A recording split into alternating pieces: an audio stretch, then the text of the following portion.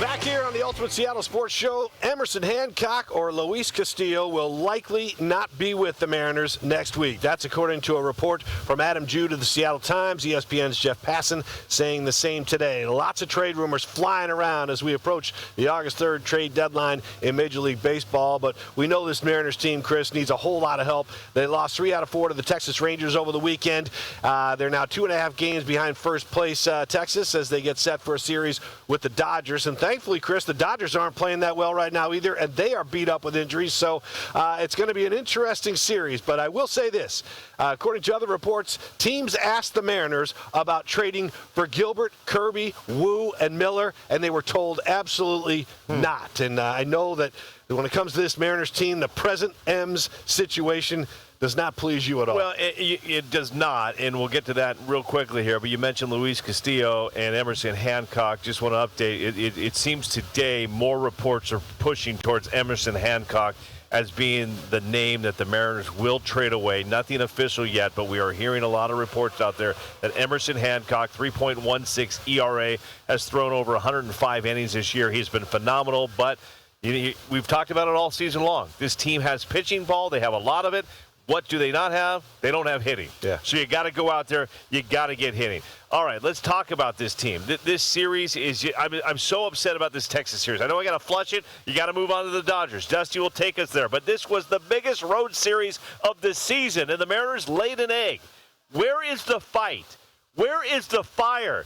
I mean, where are the pissed-off players right now, Paul? I mean, somebody has to just stroke a fire with this team and get this team rolling. I don't know what – Paul, you know what we need right now? We need Herb Brooks in that locker room. Great moments from great opportunities. You know, we need Rocky Balboa, Paul. We need somebody in there to light a fire on this team. Yeah, Rocky. That's how you win, Paul. That's how you win. How about a little William Wallace? Yes, we need Braveheart, Paul. What will you do without the playoffs? What will you do? Nothing. You've got to start lighting a fire. Phil Jackson, do we need him? Bring in Phil Jackson. I'm a nerd, Paul. Aragorn. From, you know the show, right? Lord of the Rings, Paul? Is the show over yet? Come on. We need somebody to light a fire. Listen, I'm so upset right now, Paul. I understand that you're fired up. I mean, they go to Texas, and this is a big series. Can we bring in Chris Egan's therapist real quick, Dusty Baker, do a little deep dive here in this Mariners series gonna be with able the to help Dodgers. me. I know you miss your recliner, Chris, but maybe a couch or something for you right now. Dusty, help us out here. This team badly needs some offense. Well, first of all, welcome to my therapy room right here. You can check out my plants. That'll help you out immensely here, Chris. Of course, yes, it is not a pretty sight for the Mariners right now where they're at currently. And, of course, you're going up against a team that is arguably the best in baseball. Back-to-back champs. Take a look at what the Dodgers have done this year. To put it simply, guys, this is the best team still in baseball on paper. They have unbelievable offensive firepower. 771 OPS ranks second in the MLB. They have a 260 average as a team that's tied for first. 340 on-base percentage, also first in the league. 431 slugging, second. And also they have 136 home runs. They're not known necessarily for the long ball only, but that makes them seventh in the MLB. So the Mariners are not only going to have to go up against that great offense with their pitching, but the Dodgers pitching is also very impressive as a whole. On the hill in LA, they have a 3.58 ERA. That's fourth in the MLB. Their whip, they allowed the least amount of runners on base with a 1.14, first in the MLB there. They don't strike out nearly as many hitters, still rank in the top 10 there, though. They've allowed the fewest hits in the league, and guys, they've allowed 118 home runs. That's really the only way you punish the Dodgers. And as I want to tell you this, Paul, because you mentioned the Dodgers haven't been playing great lately. It hasn't been great to their standard. They're still winning 6 of their last 10 games, and the Mariners are going to be running into a bulldozer right here, guys, because this team, this is going to be their World Series this time around. You got to win these games if you want to have any chance at buying at the deadline. But the Dodgers are going to be incredibly dangerous this time around, because if you take a look at the projected starters,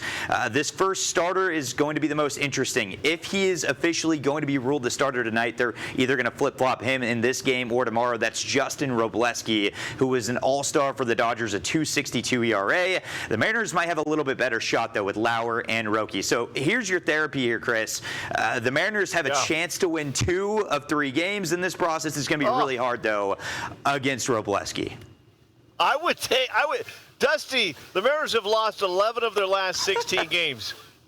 Sorry. Reds, they lost 2 straight to the Reds. This is not the Reds, Paul. These are the World Series champs here. There might be hope for you, Chris, because remember the Braves came to town and they hadn't lost a series all season long, and they came to T-Mobile Park and lost. Look at you providing me with a little hope. Yeah, I'm just trying to. I'm a little disturbed myself. I'm afraid to be sitting next to this man right now because he is unstable, and that stuff he rolled through there, I don't know what to do. Out for you, Paul. Well, I'm going to be honest, Paul. I just need somebody after a tough series in Texas to just step out and say, you know what, we stunk. We apologize. I need a Brian Smetzer after they got killed by Portland that was just upset. Show me some emotion. Show me that it hurts, you know? I think you got something there. And then just be human. Yeah. That's what we want to do. That's what Mariner fans want to see. Listen, man. Just tell us how it is. Yeah, it wasn't a good game. You're you right. just got killed by the Texas Rangers. It's okay to be upset about it. Right, but you go back to, I know what you're talking about, because you go back to the Lou Piniella days where he wore his emotions on his sleeve, of course, and we loved it in the media, and the fans loved it as well. But when was the last time, a manager of this organization or a player came out and gave you that kind of a soundbite? Well, I mean, it was a couple of years ago. Cal Raleigh in the dugout was and the season was over, Chris. Well, it was just him making a statement. Like, where's that guy after the game? I'm not saying it has to happen, but just saying we miss it. We miss that fire from a guy jumping in front of that microphone after a game and saying this blows. I mean, this is and giving us a passionate, steamed bite about the way things are going. And so we haven't seen that. Maybe I'm becoming that player. I'm just going to become you are that guy. Player that's going to be upset. If you start swearing on this program, I'm going to have to leave it. We got to ask Dusty, because Dusty's been doing great deep dives all season long, Paul. We're hearing Hancock. We're hearing Hancock. Any insight that you're getting on Emerson Hancock and what they're going to go after there? Yeah, I mean, you mentioned that Passan did report that officially that's who they're going to be going after. I want you to see this real quick. If you just compare the numbers here, because this is kind of fascinating between Hancock and Castillo. You're talking about a player with control, which is Hancock, versus Castillo, of course, has the large salary. I mean, Hancock, 6-4 with a 3.16 ERA, 101 WHIP. Look at the Castillo's numbers, a 4.85 ERA, 1.33 WHIP. So you can pretty much, it doesn't take a lot to realize that Hancock's had the better season. He's got control. Mm-hmm. There is more value, though. And so people are going to wonder, why would you trade him over Castillo? Well, in order to gain value, you have to give up value. You're not going to get a lot for Castillo at this time, and that's a big reason why. I also, Chris, this is a therapy session. Dusty, not interrupting. I think it's a great point he's making there, Paul. Because if you're getting rid of Luis Castillo, you're probably not getting in return a good bat. If you lose Hancock, you're probably getting in return something a lot. But we've talked about this. That some of those trade targets have fallen by the wayside, Chris, because they're injured. So, like, some of these guys that the Mariners may have been interested, as well as other teams being interested in it, they're hurt. And so we already knew that the trade target pool was shallow, and now it's just got a little more shallow. Sure. Yeah, that leads us right into those names, right, guys? Because just about 2 weeks ago, these were some of the names that I was telling you the Mariners should be targeting, and/or there were rumors of them targeting. Wilson Contreras, essentially any of the Red Sox, for that matter, throw them out the door because the Red Sox have been on fire. Byron Buxton's the name that I wanted them to pursue, but the Twins now are right in the running as well. The Mariners allowing that to happen. Casey Schmidt, a recent injury, he was just pulled from his game. Appears that he may not even have trade value here. So it's going to be a very tough deadline for the Mariners to buy. On the flip side, if you look at possible trade candidates for the Mariners, we of course have already talked at length about Castillo and Hancock, but if they choose to sell guys, you're talking about expiring contracts like J.P. Crawford, and then of course Randy Arozarena, and then it just seems like Rob Refsnyder needs a new location, a new change of scenery. You're probably not going to get much for him, but maybe a lower tier prospect. But at the end of the day, there's a direction that the Mariners are going to need to figure out where to go this week. And going up against a team like the Dodgers, holy cow, what a tough deal this is going to be to try and become buyers this week. Positive Chris here. At the end of the day, Dusty, no, we are not selling.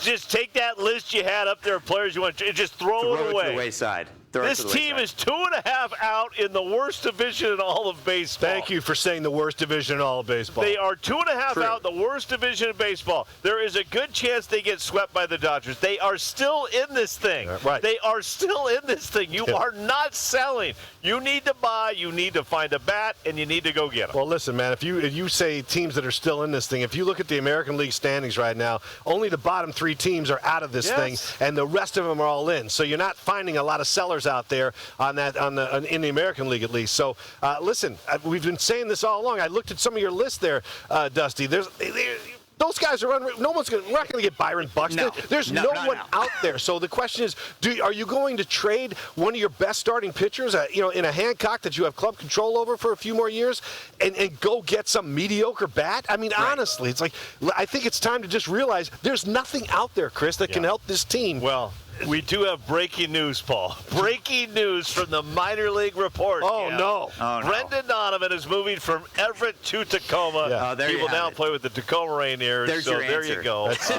There's your answer. And that plays into what Jerry DiPoto talked about, the fact that he needs his guys on this roster to play the way they're capable of playing. And if they can get Brendan Donovan back, hasn't played since May 15th, hit 275 when he left, maybe he can get back to that 275 Josh batting Naylor average. hasn't hit a home run in 33 games. Oh, man. A lot of guys need to step up right now.